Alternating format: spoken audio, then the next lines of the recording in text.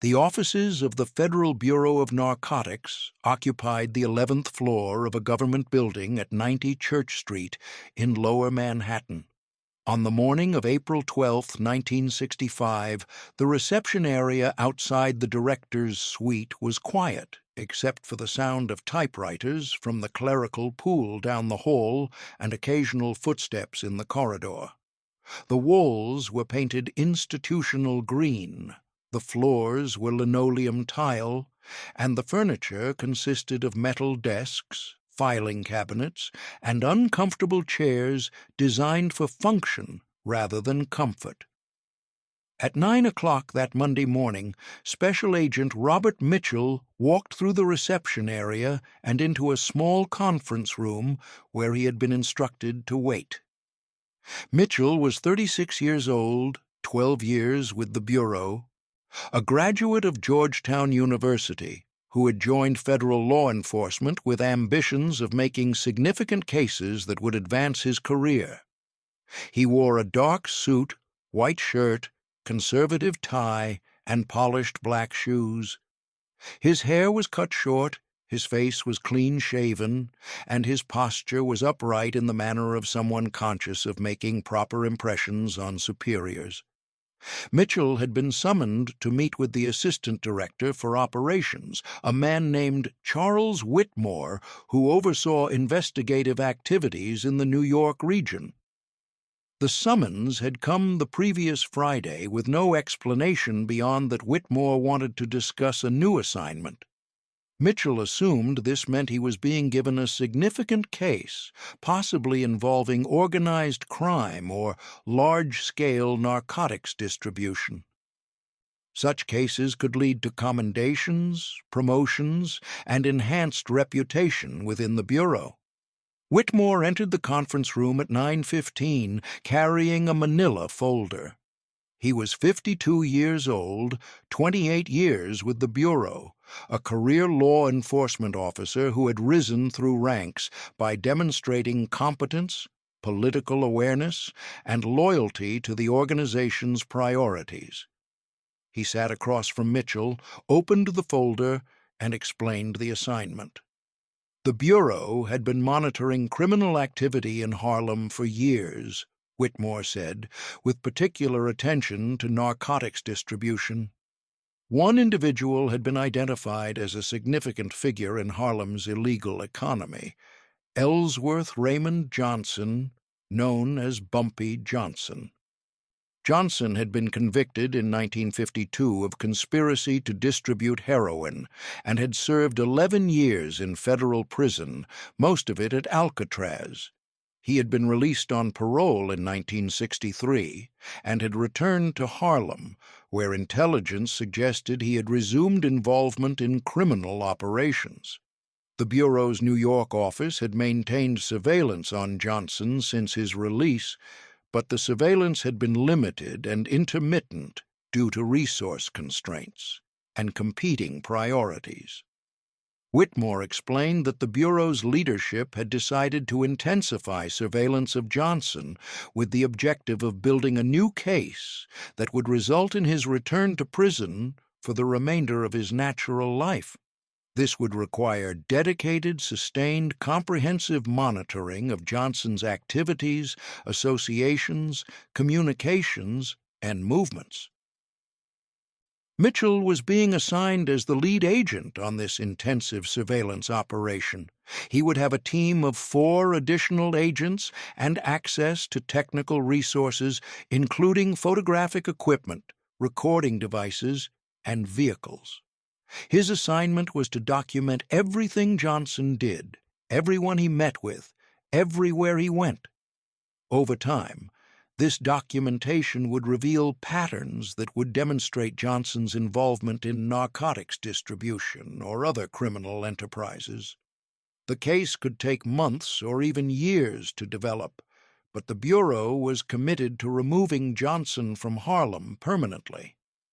Mitchell asked why Johnson specifically had been prioritized for such intensive surveillance when Harlem had many individuals involved in criminal activity.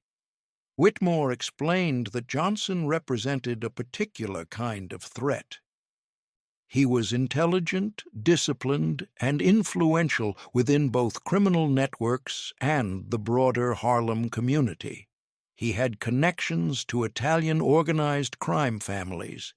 He had demonstrated capacity to operate criminal enterprises over decades while avoiding successful prosecution except for the 1952 conviction.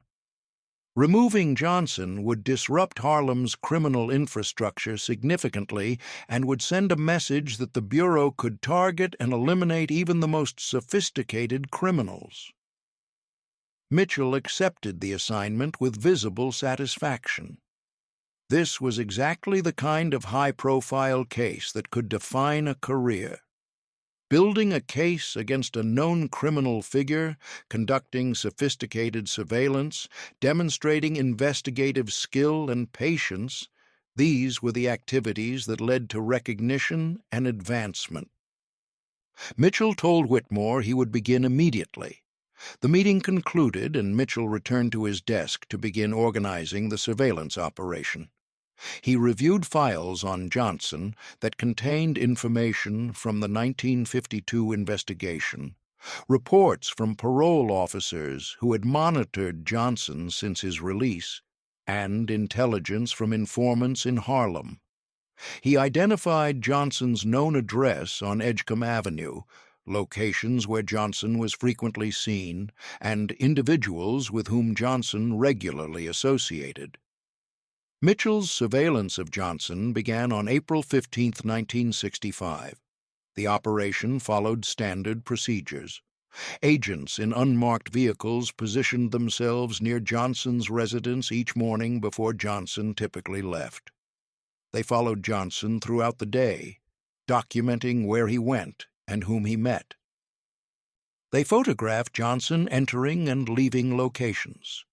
When Johnson went to restaurants, agents attempted to position themselves nearby to overhear conversations. When Johnson received visitors at his residence, agents noted who arrived and when they left. The surveillance was intensive and continuous. Mitchell personally participated in most surveillance shifts, working 12 to 14 hours per day. He wanted to be directly involved in gathering intelligence rather than simply managing agents from the office. He believed that understanding Johnson's patterns and behaviors required sustained personal observation. Over the first weeks of surveillance, Mitchell documented Johnson's routine. Johnson rose each morning around 8 o'clock. He often walked several blocks through the neighborhood. Stopping to speak with people he encountered, he frequented certain restaurants, barber shops, and social clubs. He met with various individuals, some of whom had criminal records, others who appeared to be legitimate business people or community figures. He received visitors at his residence, including his wife's relatives, neighborhood residents seeking assistance, and associates from Harlem's informal economy. Mitchell found the surveillance frustrating because Johnson's activities appeared largely ordinary. Johnson did not engage in obvious criminal behavior that agents could observe directly. He did not make what appeared to be narcotics transactions on the street. He did not meet with known drug dealers in ways that suggested coordination of distribution networks. He spent substantial time simply moving through Harlem, talking with people, visiting businesses, maintaining relationships. Mitchell believed this apparent ordinariness masked criminal activity that was occurring through more sophisticated methods. Coded conversations, intermediaries, careful separation between Johnson's visible actions and the illegal operations he controlled. Mitchell's strategy was to document everything comprehensively so that later analysis could identify patterns that would reveal the hidden criminal enterprise. On May 8, 1965, Johnson became aware of the surveillance. He had noticed the same vehicles appearing repeatedly near his residence and following him through Harlem. He had recognized the same faces among people who seemed to be positioned near locations he visited. He understood that he was being monitored systematically and continuously. This was not surprising. Johnson had expected that federal authorities would maintain some level of surveillance given his criminal history. But the intensity and persistence of the current surveillance exceeded what he had experienced since his release from prison. Johnson's initial response was to continue his normal activities without visible reaction. He did not attempt to evade the surveillance, did not modify his routine to make monitoring more difficult, did not confront the agents conducting the surveillance. He simply continued moving through Harlem as he had been doing, aware that he was being watched, but not allowing that awareness to alter his behavior. Johnson understood that reacting emotionally to surveillance would accomplish nothing productive.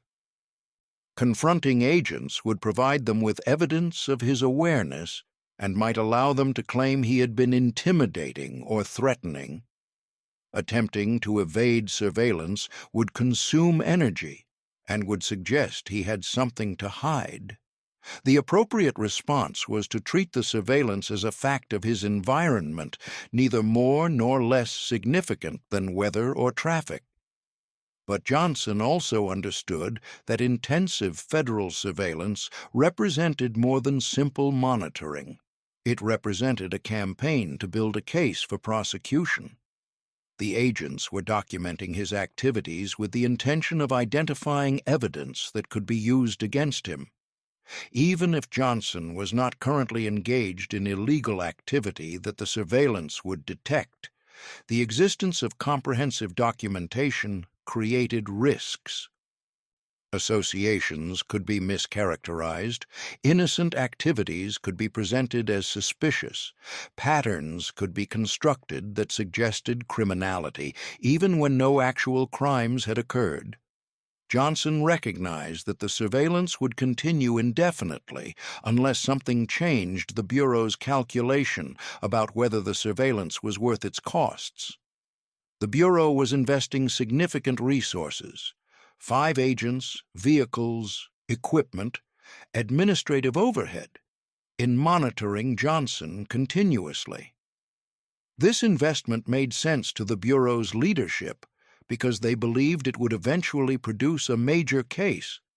If Johnson could demonstrate that the surveillance would not produce such a case, or that the costs of the surveillance exceeded any benefits it might generate, the Bureau might reconsider the allocation of resources. But Johnson also recognized that the surveillance raised broader issues beyond his personal situation. The intensive monitoring he was experiencing was not unique to him. Federal and local law enforcement agencies conducted similar surveillance of other individuals in Harlem and in black communities throughout the country. This surveillance was often conducted without warrants, without judicial oversight, without meaningful limitations on what could be monitored or how the information gathered could be used. It was invasive, it was discriminatory in its application, and it contributed to the sense among Harlem residents that they lived under occupation by hostile forces. Johnson decided that his response to the surveillance should address both his personal interests and these broader issues. If he could demonstrate that the surveillance of him was excessive, legally questionable, and counterproductive, he could create pressure for the Bureau to end the surveillance and potentially to reconsider similar practices throughout Harlem. This would serve his interest in ending the surveillance while also serving community interests in challenging discriminatory law enforcement practices. Johnson began by gathering information about the surveillance itself. He identified the agents conducting the monitoring by observing them over several days. He documented their vehicles, their license plates, their patterns of positioning. He noted the times they began surveillance each day and when they ended. He observed the equipment they used: cameras, binoculars, what appeared to be recording devices. He tracked this information methodically in a notebook, creating a detailed record of the surveillance operation. Johnson then began building a coalition of people who could help challenge the surveillance. The first ally was a lawyer named Eleanor Harris, who specialized in civil rights cases and constitutional law. Harris was 38 years old, a graduate of Howard University Law School, with experience litigating cases involving police misconduct and violations of civil liberties. Johnson met with Harris in her office in Harlem and explained the surveillance he was experiencing. Harris reviewed Johnson's documentation and concluded that while the surveillance itself might not violate specific laws, courts in 1965 had not yet established robust protections against warrantless surveillance, the intensity and duration of the surveillance raised questions about whether it exceeded legitimate law enforcement purposes and whether it constituted harassment. Harris agreed to research the legal issues and to prepare a formal complaint that could be filed with appropriate authorities. The second ally was Reverend Thomas Clayton, pastor of Mount Olivet Baptist Church and a prominent voice in Harlem's civil rights community. Johnson met with Clayton and explained that the surveillance he was experiencing represented a broader pattern of excessive monitoring of black neighborhoods by law enforcement agencies. Clayton agreed that this was a concern that extended beyond Johnson's individual situation and that the church should address it as part of its broader work on civil rights and police accountability. The third ally was Congressman Adam Clayton Powell, Jr., who represented Harlem in the U.S. House of Representatives. Powell had long criticized discriminatory law enforcement practices and had used his position to hold federal agencies accountable for their treatment of black communities. Johnson's relationship with Powell was complex. Powell disapproved of criminal activity, but also recognized that federal law enforcement's approach to Harlem often involved racial bias and overreach. Johnson met with Powell's staff and provided information about the surveillance, suggesting that it exemplified problems that deserved congressional attention. The fourth ally was a coalition of Harlem business owners and community organizations that had been meeting to discuss issues related to police harassment and surveillance. These organizations included the Harlem Tenants Council, the Harlem Business Association, and several neighborhood improvement groups. Johnson contacted leaders of these organizations and explained that the intensive surveillance being directed at him reflected resources and attention that federal authorities devoted to monitoring Harlem generally rather than addressing genuine community needs. With these allies identified, Johnson developed a strategy for challenging the surveillance. The strategy had several components. First, Eleanor Harris would prepare a formal legal complaint documenting the surveillance and arguing that it exceeded lawful bounds and violated Johnson's rights. The complaint would be filed with the Department of Justice, which oversaw the Federal Bureau of Narcotics, and with the U.S. Attorney's Office in Manhattan. Second, Reverend Clayton would organize community meetings to discuss law enforcement surveillance practices in Harlem and to build public awareness about the resources being devoted to monitoring rather than to addressing crime, drug addiction, and community safety. Third, Congressman Powell would request information from the Bureau of Narcotics about its surveillance activities in Harlem, including how resources were being allocated, what criteria determined surveillance targets, and what oversight existed to prevent abuses. Fourth, the Harlem business and community organizations would document how intensive surveillance of individuals like Johnson created broader impacts on neighborhoods. Residents who were photographed or questioned simply because they encountered Johnson. Businesses that experienced reduced customer traffic because federal agents were positioned nearby. The general atmosphere of being monitored that affected community trust and cohesion. The strategy was designed to make the surveillance of Johnson politically and institutionally costly for the Bureau. If the surveillance was characterized as excessive, racially discriminatory, legally questionable, and harmful to community relationships, the Bureau's leadership would face pressure to justify the resource allocation. The surveillance might be defensible as a legitimate investigative activity if it was limited and targeted. But if it could be reframed as harassment, as overreach, as an example of discriminatory law enforcement practices, then continuing it would create problems that exceeded any benefits it might generate. Johnson understood that executing this strategy required careful discipline. He could not appear to be trying to intimidate law enforcement or to obstruct legitimate investigation. His own past criminal convictions made him vulnerable to accusations that he was simply trying to avoid accountability. The challenge was to keep the focus on the excessive nature of the surveillance, on the broader civil rights issues it raised, and on the institutional costs it created for the Bureau. The execution of the strategy began in late May 1965. Eleanor Harris filed a formal complaint with the Department of Justice on May 24th, documenting the surveillance Johnson had experienced since mid-April. The complaint included detailed information about the agents involved, their vehicles, their monitoring methods, and the duration and intensity of the surveillance.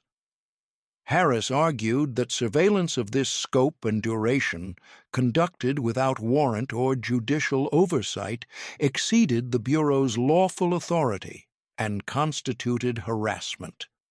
The complaint requested that the Department of Justice investigate the surveillance and order it terminated. The Department of Justice received hundreds of complaints monthly, and most were handled through routine bureaucratic processes that rarely resulted in significant action.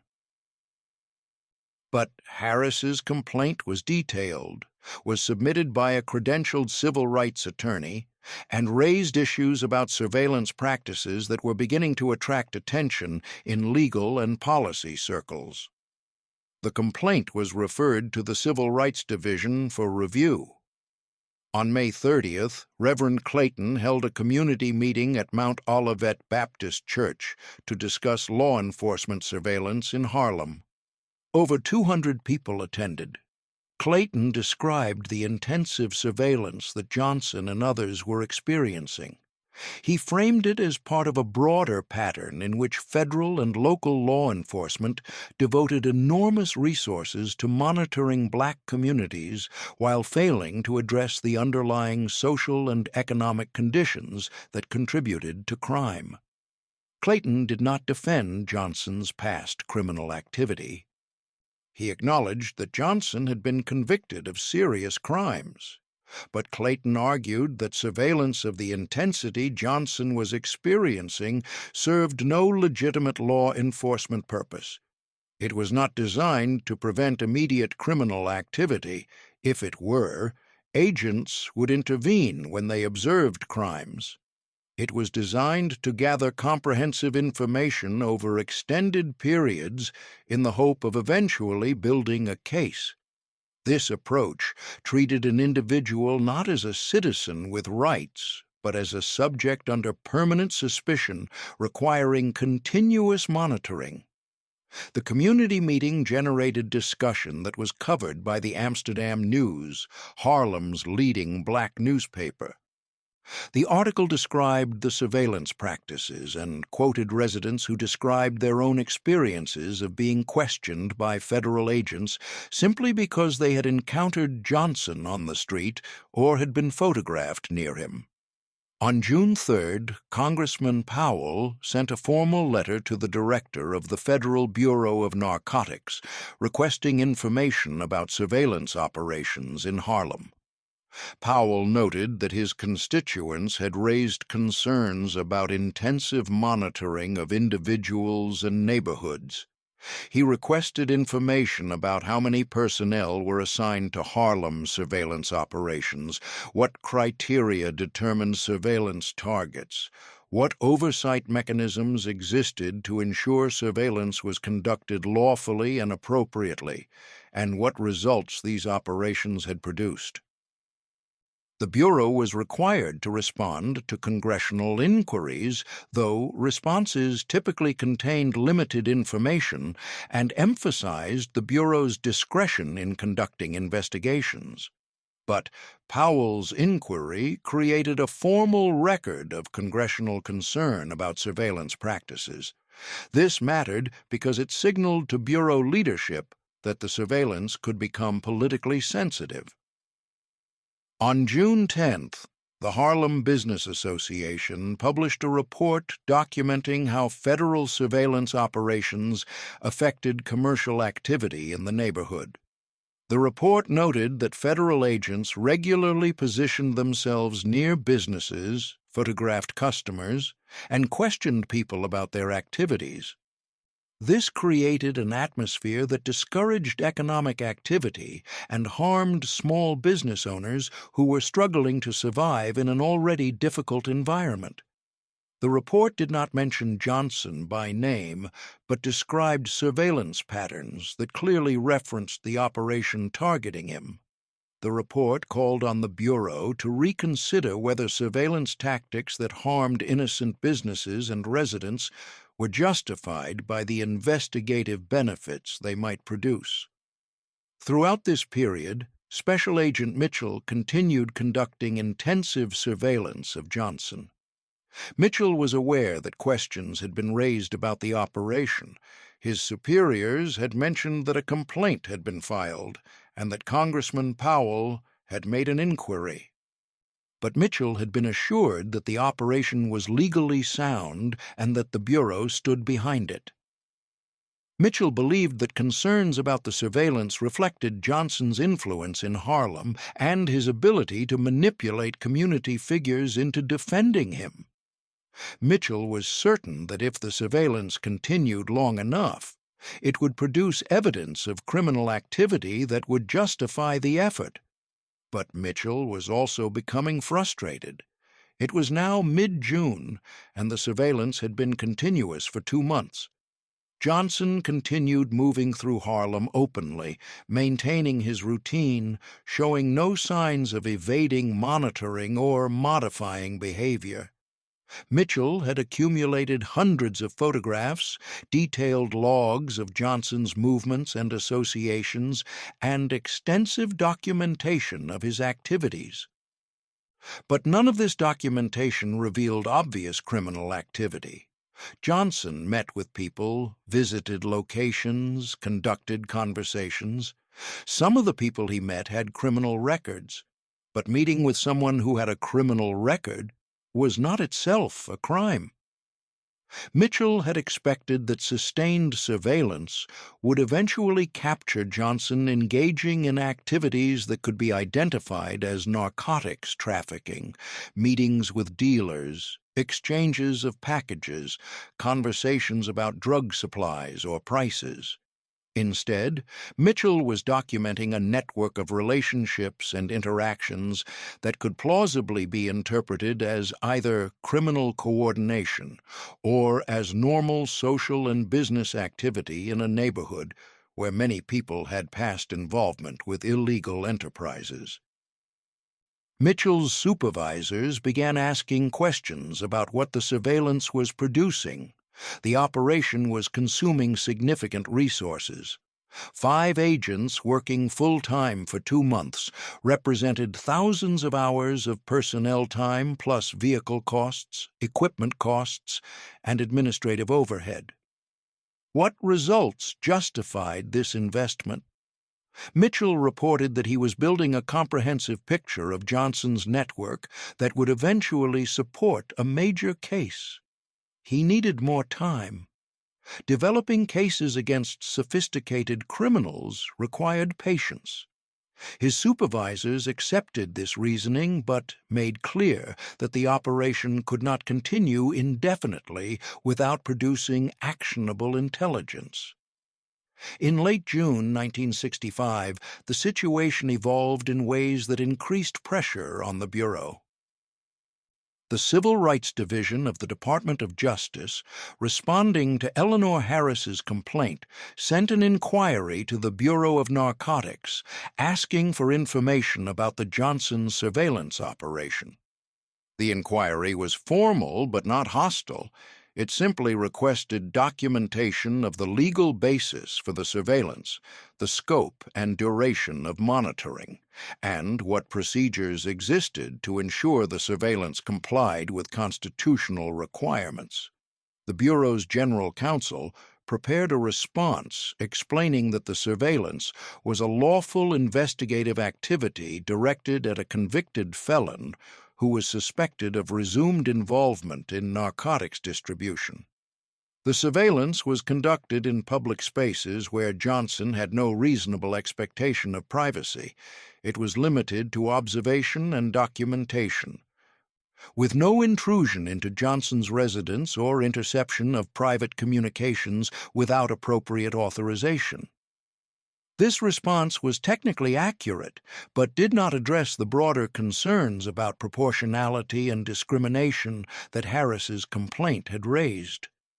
The Civil Rights Division sent a follow-up inquiry asking whether the Bureau conducted similar intensive surveillance of suspected criminals in predominantly white neighborhoods, and if not, what justified the differential approach. This question created discomfort for Bureau leadership. The truthful answer was that intensive surveillance operations of the scope directed at Johnson were disproportionately concentrated in Black and Hispanic neighborhoods. This reflected the Bureau's assessment of where narcotics trafficking was concentrated.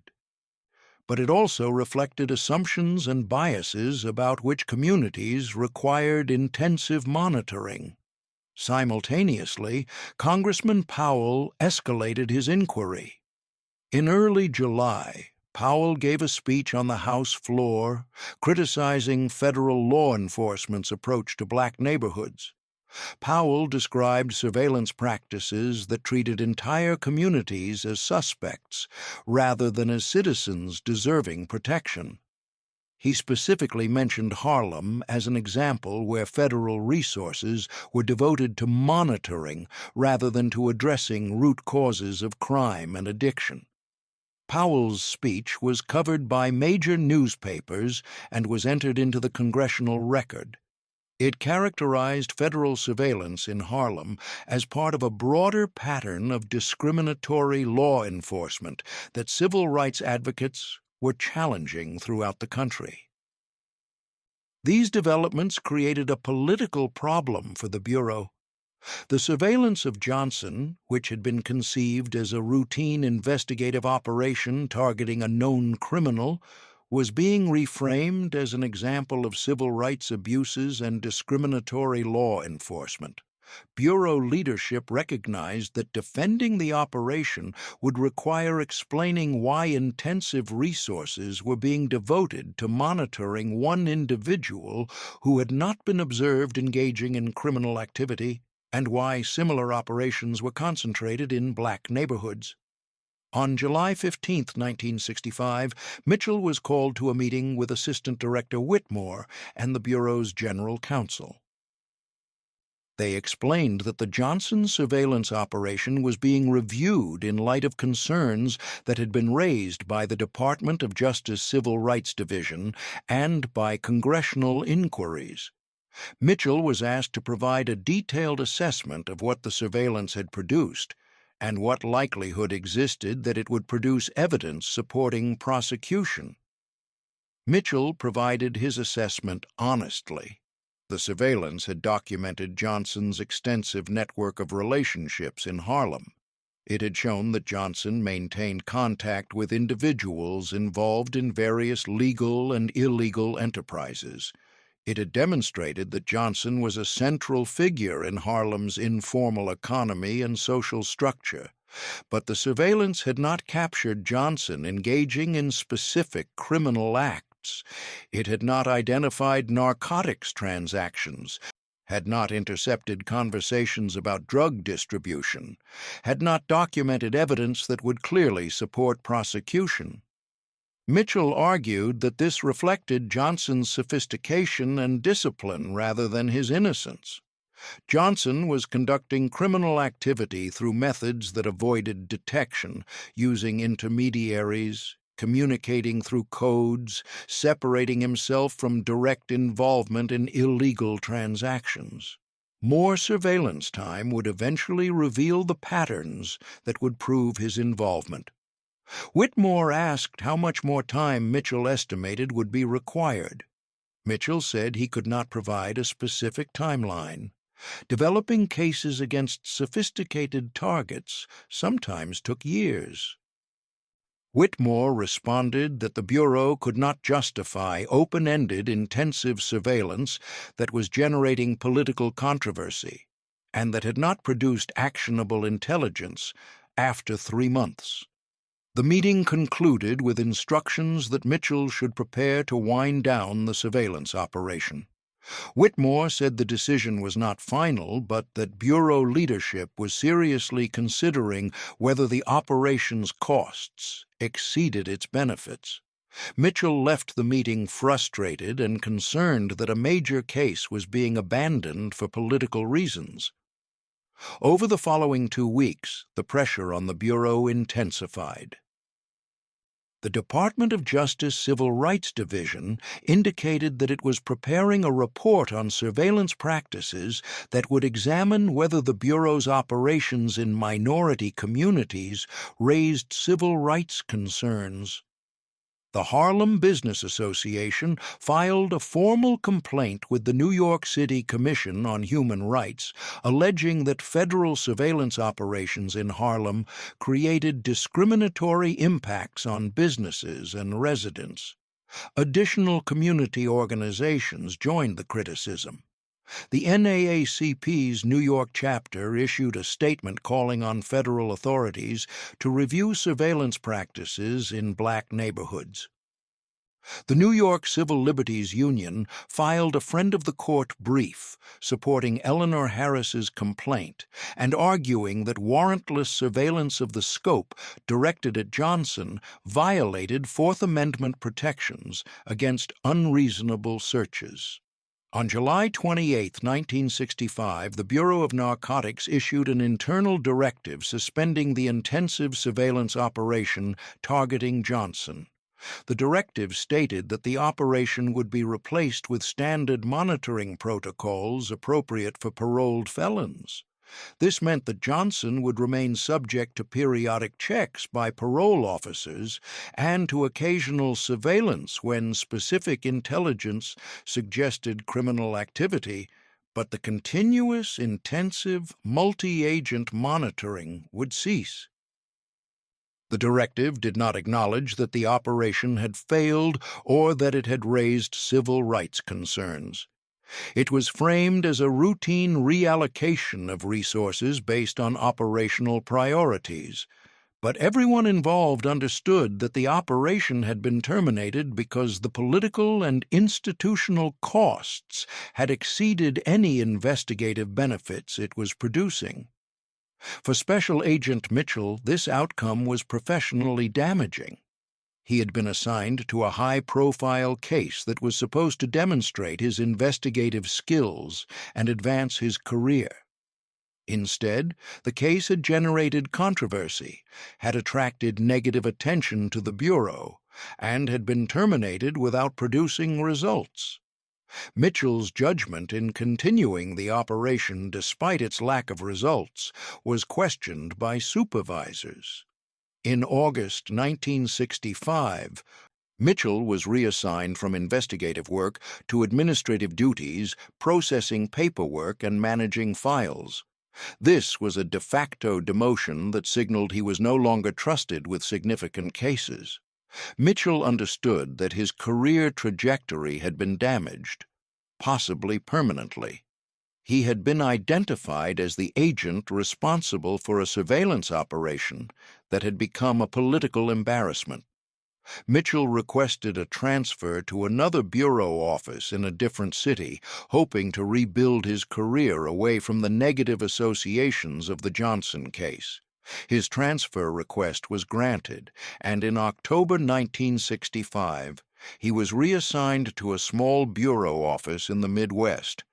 The reassignment was technically lateral, but it moved him from the high-profile New York office to a location where advancement opportunities were limited. Mitchell never returned to major investigative work. He spent the remainder of his career in administrative and support roles, processing other agents' cases rather than developing his own. He retired from the Bureau in 1980 without ever receiving the promotions or recognition he had anticipated when he joined federal law enforcement. Mitchell's experience became known within the Bureau as an example of how investigations could go wrong when political sensitivity was not adequately considered. The message that circulated informally among agents was that intensive surveillance operations in minority communities required careful management of community and political relationships, and that operations which generated controversy without producing results would damage careers. For Johnson, the outcome represented a strategic victory achieved through careful coalition building and systematic pressure. He had not confronted the surveillance directly. He had not attempted to intimidate agents or obstruct their work. He had not engaged in any illegal activity in response to being monitored. Instead, he had documented the surveillance, had connected with allies who could challenge it on legal and political grounds, and had created conditions where the Bureau's leadership concluded that continuing the surveillance imposed costs that exceeded benefits. The victory was not total. Johnson remained subject to parole supervision and to periodic law enforcement attention. The Bureau's termination of intensive surveillance did not represent acceptance that Johnson was uninvolved in criminal activity. It represented a pragmatic judgment that the particular surveillance operation had become counterproductive, but the victory was significant because it demonstrated that even individuals with criminal records who faced significant law enforcement scrutiny could successfully challenge practices that exceeded reasonable bounds. Johnson had used legal channels, community organizing, political pressure, and strategic communication to force a powerful federal agency to reconsider its approach. The broader impact of Johnson's successful challenge to the surveillance operation became visible over the following months and years. The Department of Justice Civil Rights Division issued a report in early 1966 examining surveillance practices in minority communities. The report did not mention Johnson specifically, but it referenced concerns that had been raised about operations in Harlem and similar neighborhoods. The report recommended that federal law enforcement agencies establish clearer guidelines for surveillance operations, including criteria for initiating intensive monitoring, time limits on operations that did not produce results, and oversight mechanisms to prevent discriminatory application of surveillance resources. These recommendations did not immediately transform law enforcement practices, but they established principles that gradually influenced policy development.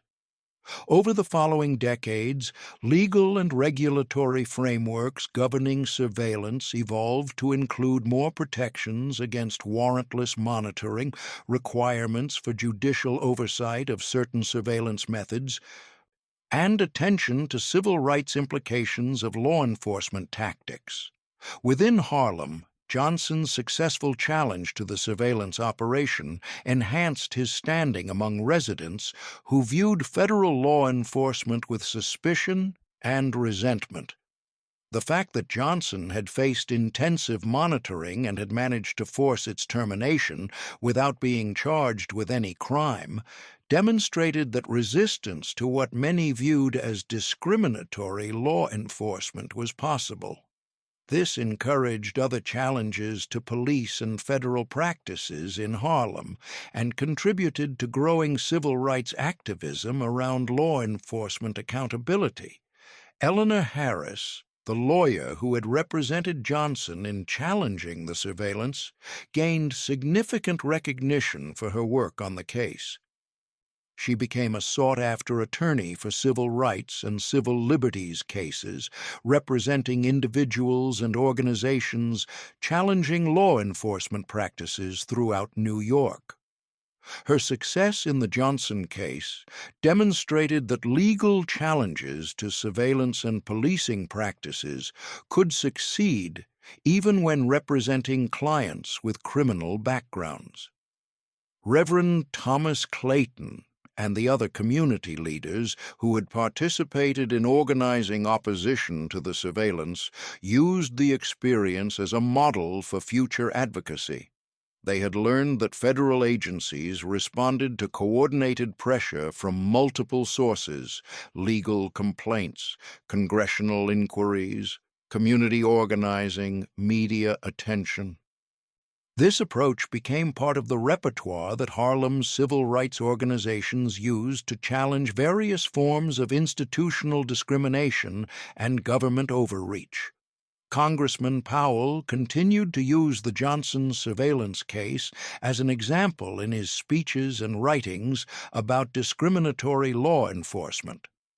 Powell argued that federal resources devoted to intensive monitoring of individuals in black neighborhoods could be better used to address poverty, addiction treatment, education, and economic development.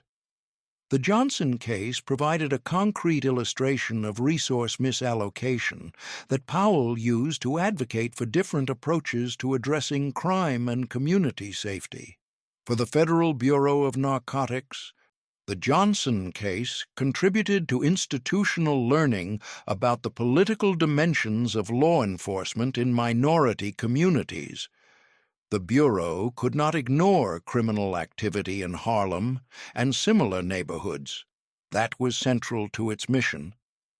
But Bureau leadership learned that intensive operations that generated community opposition without producing prosecutions created problems that affected the Bureau's relationships with oversight bodies, its public reputation, and its ability to operate effectively. This learning influenced how subsequent operations were designed and managed. Surveillance operations of the scope directed at Johnson became less common. When intensive monitoring was conducted, it was typically time-limited, was subjected to periodic review to assess whether it was producing results, and was managed with attention to avoiding community conflicts that could create political complications. These changes were incremental rather than revolutionary.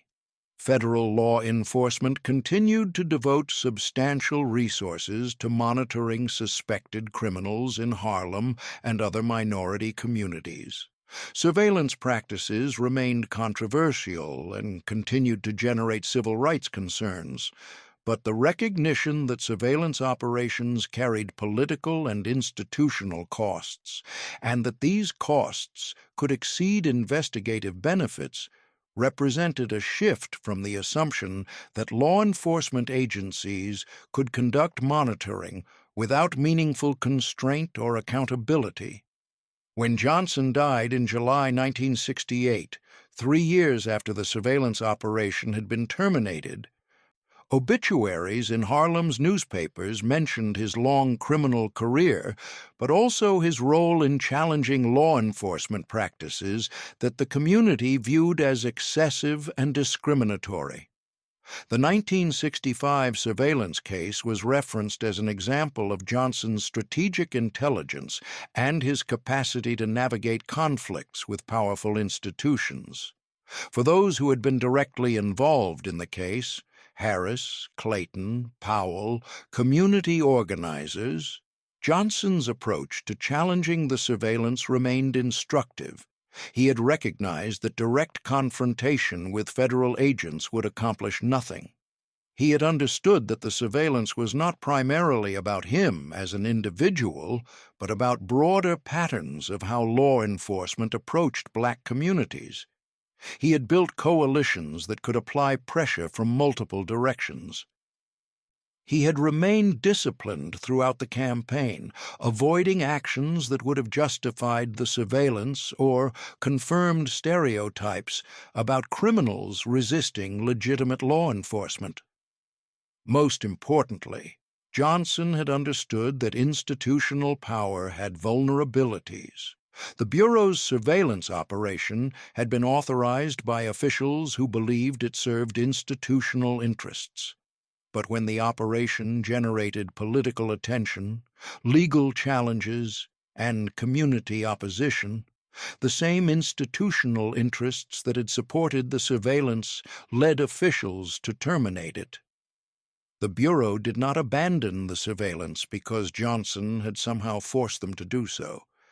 The Bureau abandoned the surveillance because continuing it had become institutionally costly in ways that exceeded any benefits it might produce.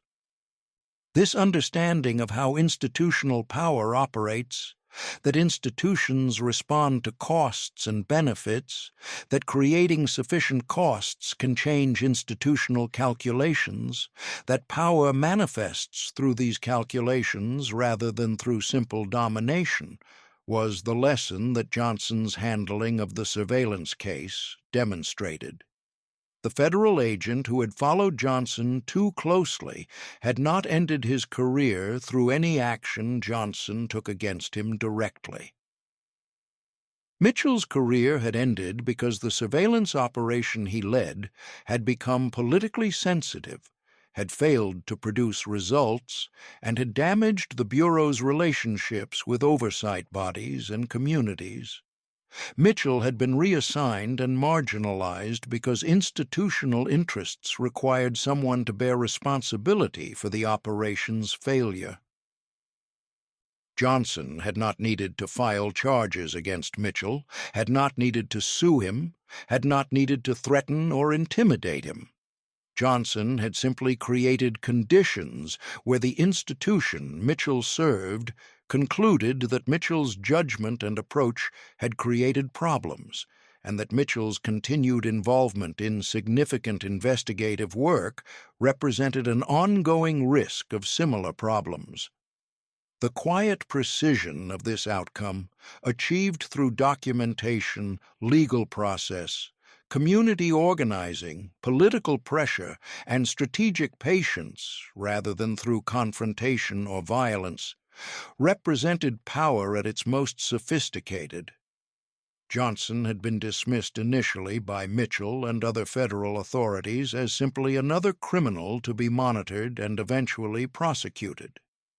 By the time the surveillance ended, those authorities had learned that Johnson was considerably more complex than their initial assessment had suggested, and that underestimating his capacity for strategic thinking carried costs that could damage careers and institutions.